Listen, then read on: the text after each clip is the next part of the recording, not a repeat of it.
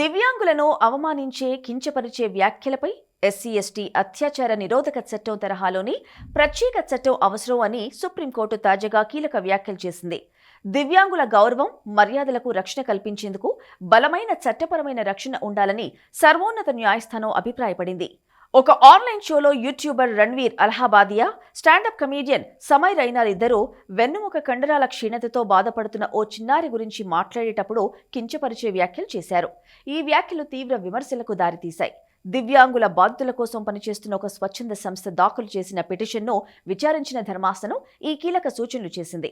దివ్యాంగుల మనోభావాలను దెబ్బతీయడం, crowd funding ప్రయత్నాలకు కూడా ఆటంకం కలిగించే విధంగా ఈ వ్యాఖ్యలు ఉన్నాయని ధర్మాసనం ఏకీభవించింది.